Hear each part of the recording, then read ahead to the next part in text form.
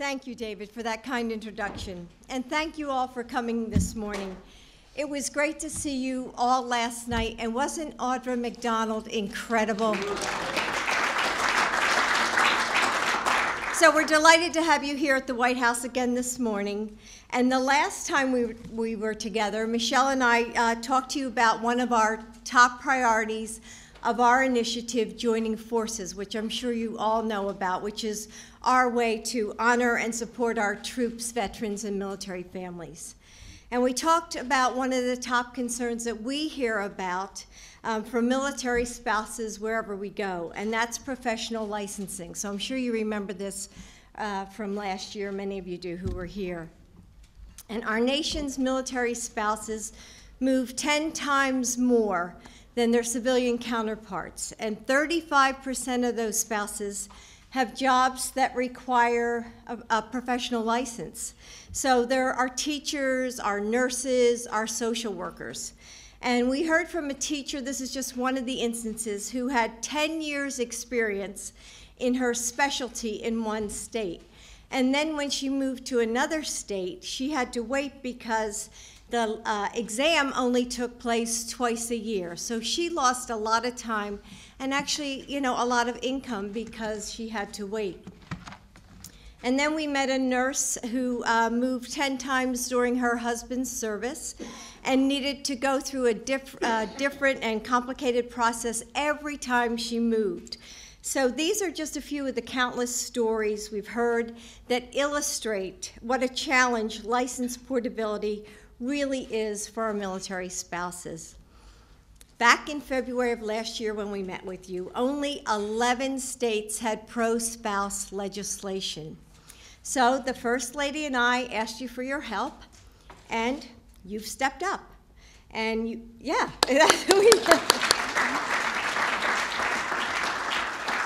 and you stepped up because you appreciate how much our military families do for our country every single day.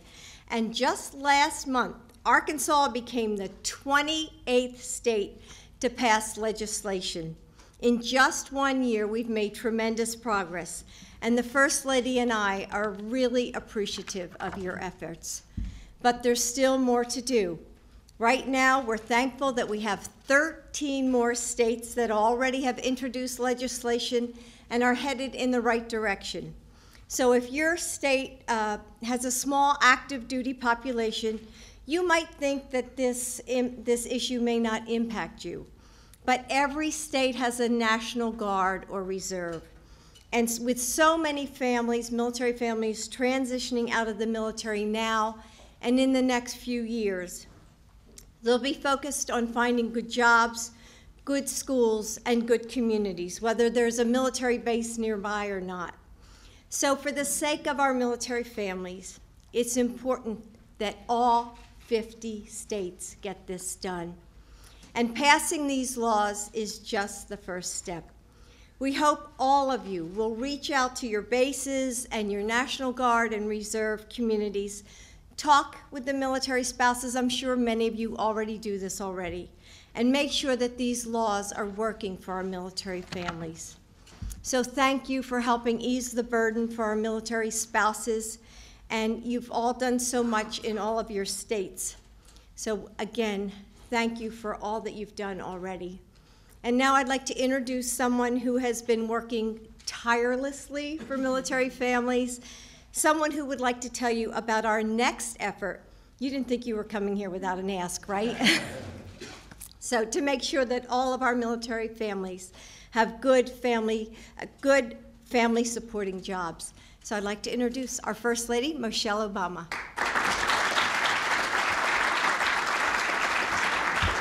Thanks so much. Thank you all. Good morning. Good morning. Thank you. I hope you all got some rest after last night. We had a good time.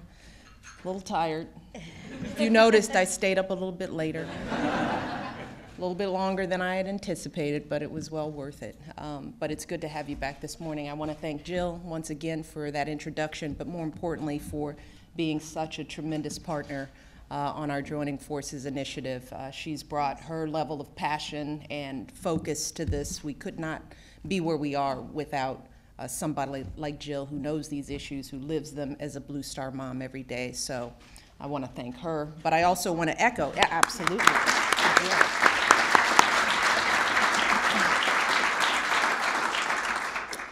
And to echo Jill, I want to start by thanking all of you for the incredible work that you've done on the effort of spousal licensing. I mean, it's truly a tremendous effort to go from 11 states to all but 13 states having gotten that done.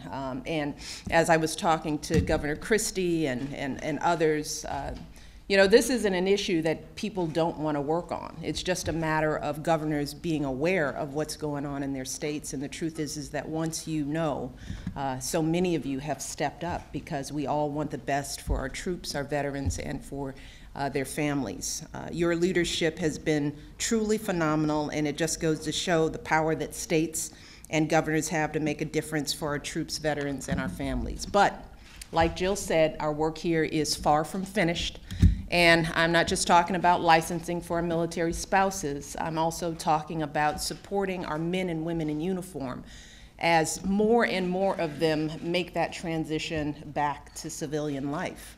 And as my husband announced during the State of the Union address, 34,000 troops are going to be coming home from Afghanistan in the next year. And that, yes, that's a good thing. And that war will be over by the end of 2014. So in the coming years, more than 1 million service members, 1 million of them, will make the transition to civilian life. I mean, just think about that impact. 1 million men and women hanging up their uniform, trying to figure out what's next, and doing everything they can to make that change as seamless as possible for all of their families. So the fact is that while this time of war may be ending, the truth is that our responsibilities to our troops and their families will really just be ramping up. And that's what I want to talk with you all about today. How we can fulfill what is perhaps our most pressing responsibility to our troops, and that is to make sure that when they come home after serving and stepping up on our behalf, that they can find a job, and not just any job, but a good job. You know, the kind of job that they can raise their families on. Now, some of this work has already begun. Last summer, my husband created a task force to help our service members obtain the national certification that they need to help fill high-demand civilian jobs, starting with the manufacturing industry. And today, we are excited to announce that we're expanding this effort to the state level to focus on the healthcare and transportation industries. So the idea is simple. Many of you are working on these issues already. If a service member has spent years treating wounded troops in a military hospital, they shouldn't have to then spend thousands of dollars to get back into the classroom and study things that they've already learned just to get the same kind of job in the civilian world. We want to make it easier for those who served as medics or drivers in the military to get new jobs as paramedics and nurses and physician's assistants or truck drivers. And since the credentials and licenses for those jobs are issued through the states, that means that all of you, as America's governors, have a very unique responsibility and opportunity to address this issue. We know that right now our men and women in uniform face all kinds of obstacles before they can put their skills to use at home. You know, these men and women have spent thousands of hours in combat zones, saving lives amid explosions and gunfire. They've driven armored vehicles thousands of miles on dangerous roads lined with IEDs. Yet back here at home, they can't get hired to drive a semi or serve as an EMT. So take the example of Maria Aleftiras. She's spent 8 years as a medic in the Army Reserves, 8 years. But when she left the reserves, she had to take 1,200 hours of courses and clinical work to get her civilian paramedic's license. And she said that hundreds of those hours, about half of the coursework she had to take, was spent reviewing skills she had already mastered. And then there's former Navy Corpsman Eric Smith, who was once in charge of a 20-bed intensive care unit in San Diego. After that, he served 2 tours in Iraq as a combat medic for a Marine infantry unit. But when he came home, he couldn't get hired in a medical clinic.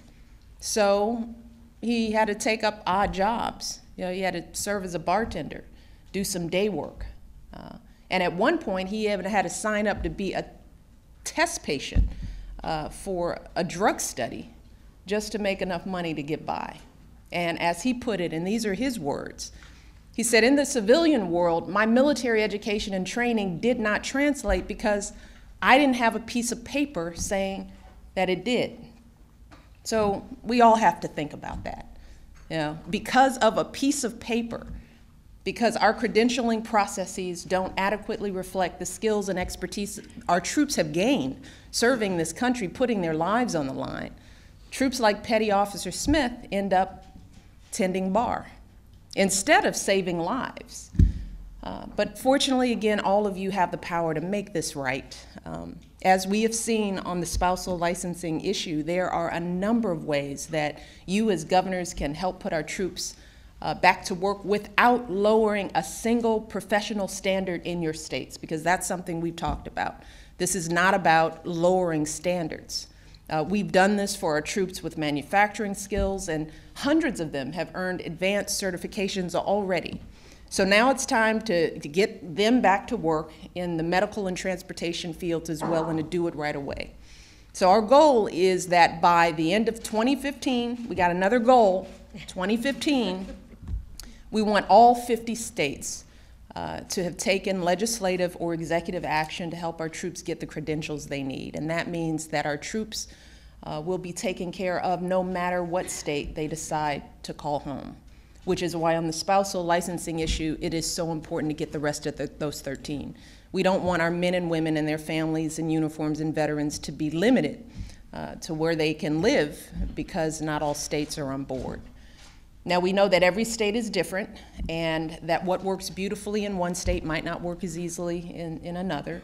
So we've given you all packets like we did a year ago that lay out step-by-step all kinds of options for what each of your states could do on this issue.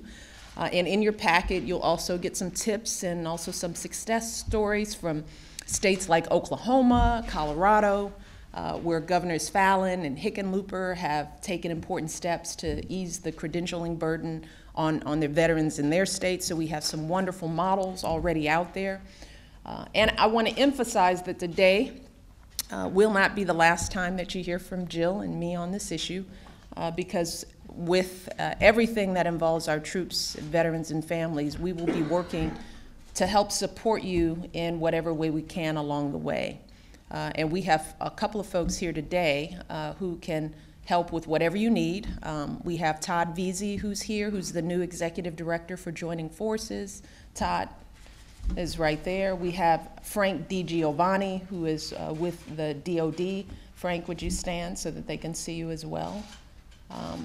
They are here and ready to answer any questions, to provide any follow-up that you may need, put them in contact with whoever should be talking to in your states. And more importantly, we're also going to be talking to your spouses about this, which is really the key, because we're going to make sure they nag you until this happens in your state. That's what we're doing at lunch. Yep, that's right. We also have members of the American Legion here today as well, because they're behind this effort 100%. And we are so grateful that they'll be spreading the word about all of this throughout their state and local chapters across the country.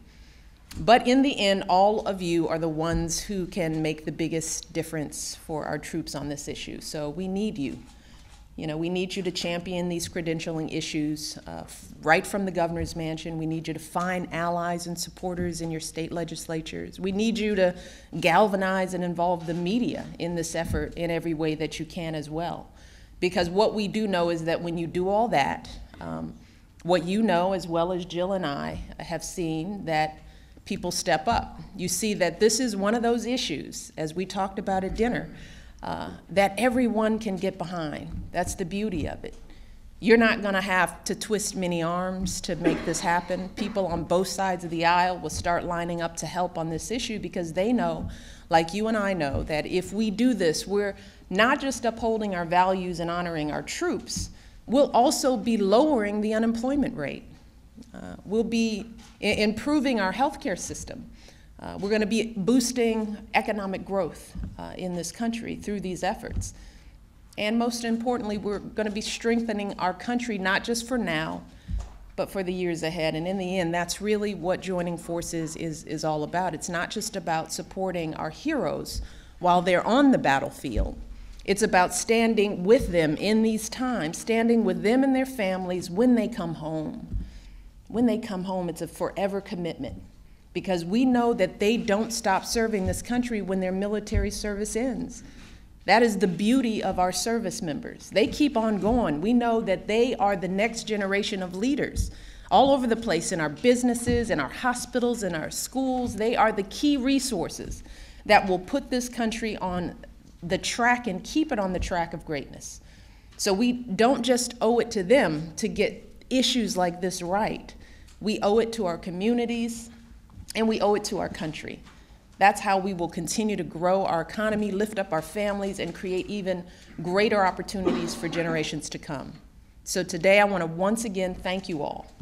Thank you for everything you do as leaders in your states. Thank you for the sacrifices that you and your families make to do these jobs.